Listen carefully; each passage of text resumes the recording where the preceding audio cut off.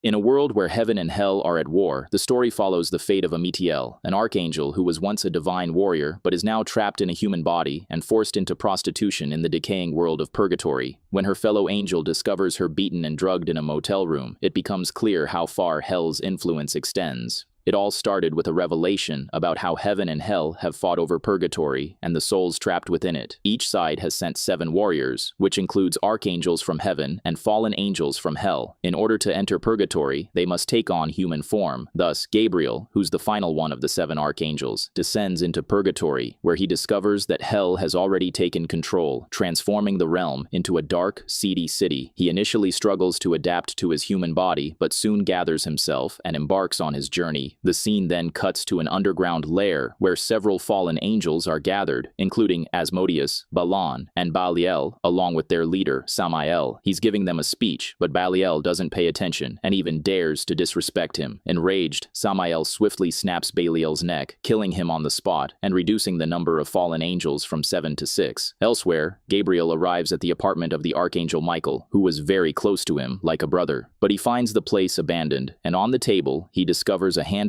note left behind by Michael. The note explains that he had failed his assigned task, just like all 5 archangels who came before him. The enemy he faced was far more powerful than expected, and it is nearly impossible to remain pure in purgatory. The message devastates Gabriel, but he remains determined to set things right and leaves the apartment with 2 firearms that Michael left behind. Later, as Gabriel walks through the streets, he suddenly receives a vision or message about his missing comrade, Uriel. The vision reveals a possible location where Uriel might be found. At the same time, Samael also senses his presence and becomes immediately alarmed. He therefore decides to send one of the fallen angels, Moloch, to stop Gabriel from coming after them. It doesn't take long for Moloch to find Gabriel and launch a surprise attack. The two engage in an intense struggle, but in the end, Gabriel manages to defeat the fallen angel and kills him using his firearm. Meanwhile, Gabriel follows his vision of Uriel and soon comes across an old, abandoned bus. He knocks on the door, and a homeless man slightly opens it, asking what he wants. Gabriel says he's looking for Uriel, but the man responds that Uriel isn't there and firmly tells Gabriel to leave.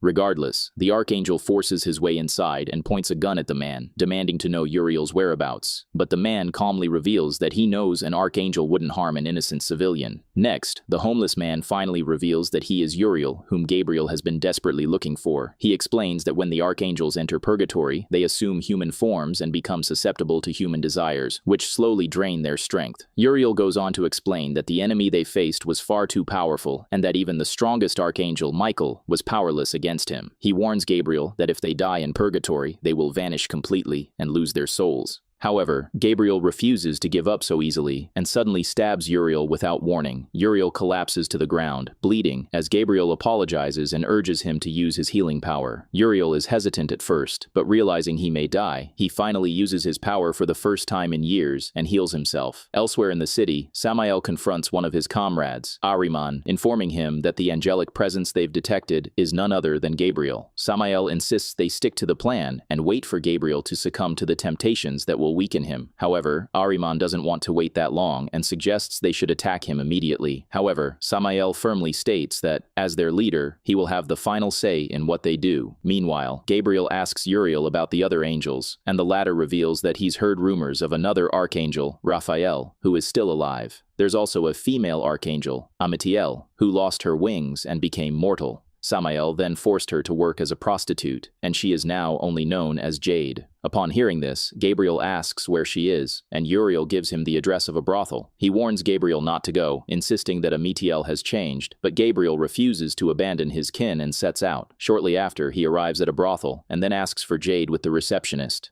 But the receptionist tells him that she is away on a private call with some customers. Gabriel asks for the address, but the receptionist refuses to give it, saying they can't share such information. Gabriel agrees, and then he touches the receptionist's hand, gaining access to her memories and determining Amitiel's location. While there, Gabriel is approached by the fallen angel Asmodeus, who is also the brothel's owner. Asmodeus quickly realizes who he is but keeps his composure, engaging in casual conversation with the archangel and even offering him a discount on the services. Not far away, we see Amitiel in a motel room, high on drugs and passed out on the bed. She awakens when two clients enter the room, but one of them turns out to be the fallen angel, Balan. Amitiel realizes they have no intention of following the rules and are here to harm her. Balan then begins to violently beat her and decides they will assault her one by one. But before they can do that, Gabriel arrives in time to save her. He then engages in an intense fight with the two men and eventually manages to kill them. Following this, Gabriel approaches Amitiel and feels deeply sorry for her condition. He helps clean her up and uses his angelic power to purge all the toxic substances and drugs from her body. Amitiel then says she needs to go back to work, but he stops her, telling her she doesn't have to live that way anymore. Gabriel tries to convince her that there's still hope, but Amitiel reveals that Samael is more powerful than all the archangels combined and insists the war is already lost. The scene then cuts to Samael, who is with another fallen angel, Lilith, as they discuss Gabriel's arrival. Lilith is visibly furious, accusing Samael of wasting time instead of attacking the archangel immediately. But Samael insists that his plan is to eliminate the remaining archangels first, which will weaken Gabriel, and then they'll strike him. Lilith still disagrees, so Samael grabs her by the neck and warns her that if she ever questions his decisions again, he won't hesitate to rip out her tongue. In the meantime, Gabriel feels very hungry, so Amitiel decides to take him to a nearby soup kitchen for the homeless people. The two sit down to eat, where Gabriel becomes suspicious of the server and finds him strangely familiar. He asks Amitiel about the man, and she reveals that he is Ithuriel, another archangel who surrendered to fear. She explains that when Ithuriel learned what had happened to her, he chose exile over confrontation. Upon hearing this, a furious Gabriel storms over to Ithuriel and scolds him for abandoning their cause, reminding him of the oath they all swore. Ithuriel breaks down in tears, saying he's doing the best he can and is trying to help the people in his own way. He admits that he doesn't have Gabriel's strength and has become weak over time. In the end, Gabriel apologizes for his behavior and embraces his old friend, telling him it's good to see him again. Next, Ithuriel reveals that another archangel, Raphael, is also here, so Gabriel says he wants to meet him. Ithuriel then leads him down into a network of abandoned tunnels beneath the soup kitchen. Deep in the tunnels, they find Archangel Raphael, gravely injured and weakened, being cared for by a woman. Gabriel then asks to be alone with Raphael and tells the others to leave them alone. Afterward, Gabriel approaches the injured Raphael and asks what happened to him. Raphael weakly reveals that Samael shot him, and he can't heal himself because he has lost most of his angelic powers. With this, Gabriel uses his powers and heals Raphael, returning him to his normal state. However, this makes Raphael very angry, and he scolds Gabriel for not listening to him. He reveals that by healing him, Gabriel has exhausted half of his own strength, and even worse, exposed their presence to the fallen angels. Gabriel insists that his strength will return, but Raphael reveals it won't, since the longer they stay down here, the weaker their connection to the source becomes. Despite everything, Gabriel doesn't regret his decision and asks Raphael for help, believing they still have a chance to defeat Samael. He plans to take out the other fallen angels one by one and weaken Samael before confronting him directly. He thus decides to start with Asmodeus first, who is the owner of the brothel we saw earlier. Elsewhere, we see Samael and Asmodeus chatting, and the latter reveals that Amitiel is missing, while the fallen angel they sent to harass her is dead. However, neither of them seems particularly worried, and Samael remarks that Gabriel did exactly what they had hoped he would. The scene then returns to Gabriel, who wonders what happened to Michael. Raphael responds that, although none of them actually saw him, they could feel his presence when they first arrived in Purgatory. But over time, his signal grew weaker and weaker until it eventually faded away.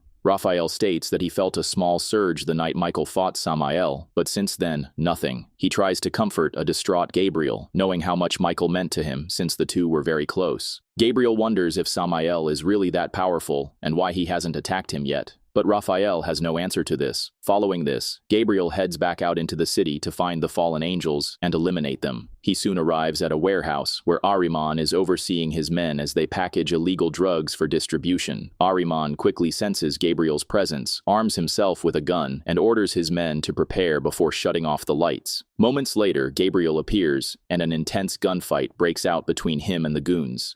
When the lights come back on, Ahriman is horrified to see all of his men dead and Gabriel still standing. The two then have an intense one-on-one fight, but Ahriman turns out to be no match against Gabriel, who eventually shoots the fallen angel in the head and kills him. Elsewhere, we see Samael with Lilith and Asmodeus, and he soon senses that Ahriman is no longer alive, which frustrates him. Lilith is furious and says that Gabriel is stronger than they thought, so they must take action. Thus, Samael gives them the addresses of the other archangels and asks his comrades to kill them, after which they will take out Gabriel last. Lilith and Asmodeus seem annoyed by him and wonder why he is hesitant to attack Gabriel directly. On the other hand, Gabriel returns to Michael's old apartment, where he lies down on the bed and sketches a picture of Amitiel before soon falling asleep. Not long after, he wakes up when Amitiel unexpectedly arrives to see him. She is surprised to see the sketch he made of her and claims she doesn't look like that, but he insists that she does to him. Amitiel seems touched, and they lie down together in bed before soon going to sleep. In another scene, a drunk Uriel steps out of his bus to relieve himself. At the same time, an old man arrives at the soup kitchen and quietly sits down to eat. After finishing, the man leaves but ends up leaving behind his bag. Ithuriel notices it and quickly goes to check what it is. To his horror, the bag contains a bomb, which detonates seconds later, destroying the entire soup kitchen and killing Ithuriel along with everyone inside. We then see that the old man was actually Asmodeus in disguise and was carrying out Samael's orders to bomb the place.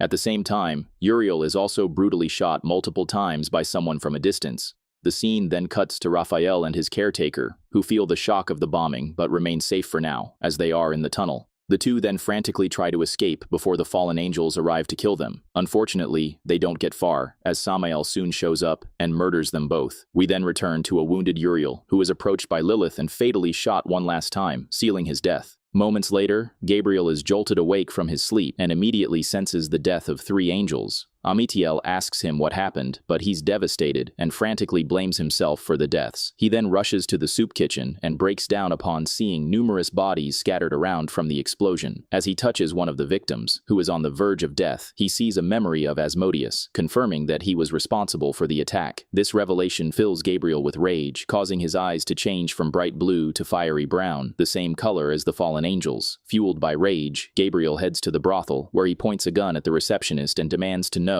where Asmodeus is. She then nervously states he is on the top floor, so Gabriel heads there and kills many goons on the way, who try to attack him. In the end, Gabriel eventually finds Asmodeus, who is holding a woman hostage as a shield. Turns out, Asmodeus was in the middle of a gruesome act. He has been surgically altering the captive woman's face to look like his own, to satisfy his vanity. Asmodeus then states how it was Gabriel's own fault that his friends are dead, because he led the fallen angels to them. Upon hearing this, an angry Gabriel takes a well-aimed shot and hits Asmodeus in his left eye. But this isn't enough to kill the evil man, and after this, a hand-to-hand combat ensues between the two of them. But in the end, our hero eventually manages to overpower the psycho, and then repeatedly hits him with his gun until Asmodeus is eventually dead. In the aftermath, Gabriel approaches the poor woman whom Asmodeus was torturing and heals her using his powers. The woman's face is restored to its original appearance, and she seems relieved to be safe. Gabriel soon returns to Amitiel, who notices his distress and comforts him. The two then kiss each other and end up making love that night. Afterward, Gabriel hugs her and informs her that after tonight, he will never see her again. The scene then cuts to a nightclub, where Lilith senses the death of Asmodeus and is furious. She scolds Samael and blames his incompetence for the deaths of the fallen angels, but Samael argues that Asmodeus died because he was weak, just like the others. However, Lilith feels disgusted that she ever trusted him and proceeds to leave the nightclub. But as she passes through the dance floor, Gabriel suddenly appears and injects her with multiple doses of drugs until she finally collapses,